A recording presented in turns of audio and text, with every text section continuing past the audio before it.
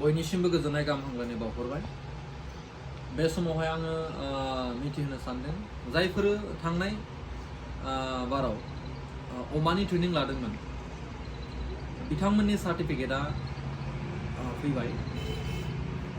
गासै 70 जन मानसिफ्रा अमानि ट्रेनिं लादोंमोन। बेनि गेजेरावनो 50 जना सार्टिफिकेट मोनदों आरो 20 जना सार्टिफिकेट मोनाखैमोन। दा 20 जननि सार्टिफिकेटआ दिनैसिम सफैबाय। बे जाबाय समायना बर'। तो बे धरननिनो गासै 20 जन सार्टिफिकेटआ सफैबाय। नोंथांमोना लांफैनो हासिगोन। आरो नेक्स्ट जायफोर जि आयदायाव ट्रेनिं लानो गोसो गुदुं नोंथांमोना फैनानै आधार कार्ड फैनो हागोन। नोंथाङा पल्ट्रिनि ट्रेनिं होन, माशरुम आबादनि ट्रेनिं, गटारि, पिगारि गासैबो सेक्टरावनो नोंथांमोना ट्रेनिं लानो हागोन। डिमाकुसिनि नैबे आइ भेटेनारिनि लांगोनायाव फैनानै आधार कार्ड होफै।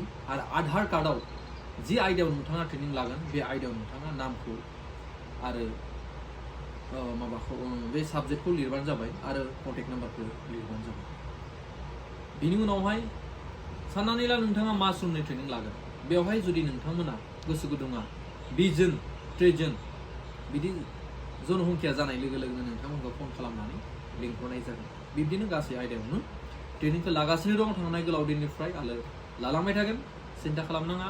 मोनफा मोनफा साबजेक्ट मिटार एक्सपार्टफोरा फैनानै फोरोंफैगासिनो दङ, डक्टर फैगासिनो दङ। सिन्था खालामनाङा। आरो गोसो गुदुं मानसिफोरा जाहाथे बे रेकर्डखौ माने बे फोसावनायखौ माखासेया मिन्थिया, बेनि थाखाय एसे शेयार खालामना हो जाहाथे बैसोरो एसे नुयो खोनायो। गोजोन